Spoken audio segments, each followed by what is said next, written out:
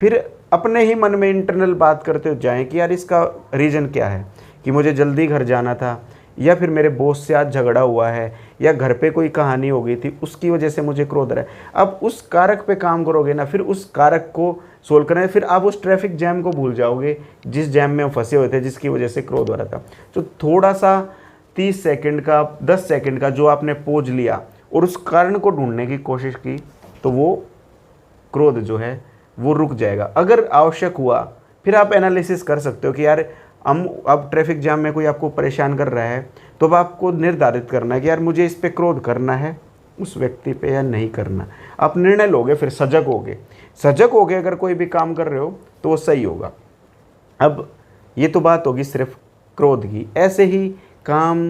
लोभ, मद और अहंकार की बात हो रही है। अब जब भी हम किसी से परिचर्चा करते हैं, कुछ भी करते हैं, तो हम देखें, और अहंकार का तो सबसे बड़ा भाव है कि दया धर्म का मूल है, पाप मूल अहंकार, यानी अहंकार जो है पाप का मूल बताया गया है।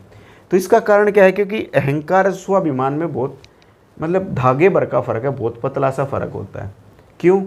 क्योंकि आदमी ने कोई काम किया यार, किसी अमुक व्यक्ति ने कोई काम किया, अब उसके बारे में ना वो उस चीज़ों को बढ़ा चढ़ा के बताना शुरू करेगा। जब आपको ये लगे उस समय भी जो भी आप परिचर्चा कर रहे हो, जो भी बातचीत कर रहे हो, और अगर आप उसमें उसको एनालिसिस करें खुद के मन में इंटरनली कि क्या मेरी ये जो वार्तालाप है इससे क्या सामने वाले को नीचा देखना पड़ेगा या आप उसको छोटा अनुभव करा रहे हो, तो वो अहंकार है। अगर सिर्फ आप नॉर्मल वे में वो चीज़ें बता रहे हैं तो वो अहंकार नहीं है, वो स्वाभिमान है कि भाई मैंने ये काम किया है ऐसे ऐसे, और इसमें परमात्मा, आप इसमें भगवान का रोल या जो भी एक्सटर्नल पावर जिसको भी आप मानते हो उनका रोल को आप धन्यवाद कर सकते हैं और उसको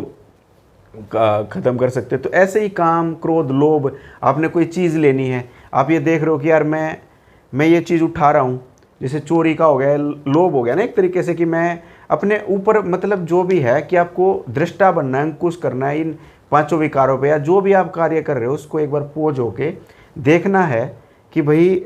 हम इस काम को कर रहे हैं, इसके पीछे का रीज़न क्या है। और अगर वो रीज़न हमें मिल जाता है तो हम सजग होके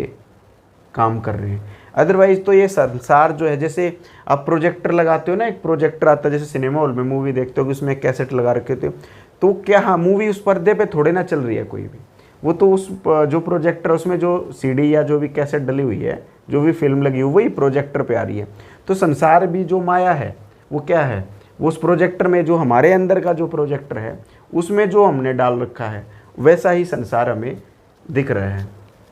अभी भाई एक चले